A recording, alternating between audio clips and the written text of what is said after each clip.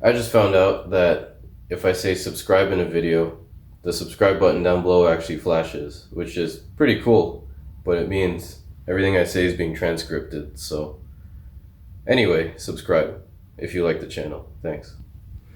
But anyway, this video is about head gaskets. If you follow me on Instagram, you would have seen me post about these maybe a month ago and then recently too.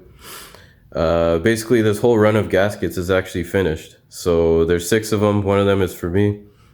3 of them are sold, leaving 2. So there's a link in the description if you want to buy one of these. And I don't think they'll be around long. But I'll be making more, I guess, further along in the future if they do sell out. So this is the head gasket I run in the race car here. And then, obviously, my new engine. I run one in my daily too. But these are the most recent design. Obviously added a logo to it, pretty snazzy. And then I actually changed the coolant port shape to accommodate T5 and T7 engines. So you can see this top left one isn't actually used on T5, but it's there for T7. So that's why the ports don't line up perfectly like on the older designs. So if you don't know what these gaskets are, I mean, materialistically, they are stainless steel plates with machine grooves in them, and then a chrome steel firing with cutting grooves. These are actually CNC machined now on a CNC lathe. The reason for that is because the old ones were actually handmade on a normal lathe, and you just really can't do that for production. So if I did that for these, would be way too expensive, more expensive than they already are to make. But other than the material makeup of it, its function is basically these vents in this plate are to vent any leakage that occurs sometimes on the firings. So a firing head gasket is basically these rings. Let me show you here actually. These rings actually seal combustion. So this actually digs into the head and then all the force is exerted onto this ring to seal combustion. So it's basically the best seal you can get when it comes to head gaskets. It's nothing really new. But usually the water jackets are sealed by a composite type gasket or even a copper gasket at times. Those work great and all, but the issue is sometimes firings leak. Sometimes the head can lift slightly and just let a whisper of combustion through, and then it'll reseal and work fine again or something or whatever.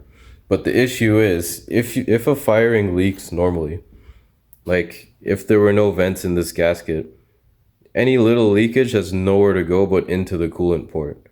It goes straight into your coolant system and then starts pressurizing it. So if you're racing, like I am, the car just has to work lap after lap. Like it can't be middle of the lap. It just pressurizes coolant and overheats and then session's done. Got to bleed the coolant down. You'll be surprised how many people run the race programs like that. But anyway, we can't have that. We can't have coolant pressure. So what this gasket does is it has these machine vents that actually stick out of the deck. So if the firing actually leaks slightly, it'll relieve the pressure and it'll go out the side of the deck, and then the firing can reseal and everything is fine. So basically what this gasket does is it completely separates the combustion and the coolant in your head gasket. So you cannot mix the two. You can lift the head as hard as you want, but you're never going to pressurize the coolant. So that's the whole point of this head gasket. And then Saabs, these 204, 205 engines, because they're such a big bore, big combustion chamber, it's really easy to lift the head off the deck, or the head actually flexes right in between these coolant ports. So that's why these vents are right here. So that's why they're designed like that. Anyway, there's nothing else like this on the market. The typical way of doing it, if you're not actually using a plate with vents in it, is to actually machine grooves into the deck. And when I say typical, I mean in like Cosworth Formula One engines and stuff, not Saab engines. So to install this type of head gasket, basically you need to glue the firings down. So basically I'll lay all these down on a piece of cardboard, spray adhesive to the backs of these, and then use a piston or something to line it up with the bore and stick it down. Let that dry. While that's drying, I'll coat the entire plate with sealant and stick one end down and then stick the head on. and then there you go. So because it uses sealant and because it's stainless steel plate and fire rings, this gasket is reusable. So that should completely make up for the cost that you're paying for it. You're actually getting vents, which you'd have to machine into the deck, fire rings that you'd usually have to machine grooves for in the deck as well. And you're getting a reusable gasket for the price that they're listed for on the website. So they're more expensive than a regular head gasket, but I promise you, you will not need another one. Even if it digs into the head really deep with these cutting rings, which it will, you can actually put it back into the same groove on the head and it will work. I've done that many times. Or you can just resurface the head, put it back on with the same rings, because these are chrome steel and they won't actually crush, they just dig. So that's a bit of a cost justification there. I actually don't even run ARP head studs on my daily driver.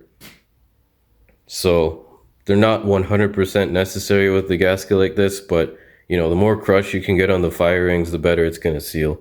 That's just how it works. So, hope that was a good rundown once again of this gasket. I feel like my old YouTube video kind of got pushed down. So, yeah. Anyway, you can buy one now. That's the main point of this video. And what else? If anyone's wondering if I can make this for a different engine, I can. Anything with a closed deck design is fairly easy to design this type of gasket for. But open deck aluminum blocks, I don't know. I can maybe do it in a really complex design, but I mean, if it was my car and I really needed it, I would get it done. So I'm just gonna say I could do it for any engine. But anyway, any questions or concerns or anything, just let me know.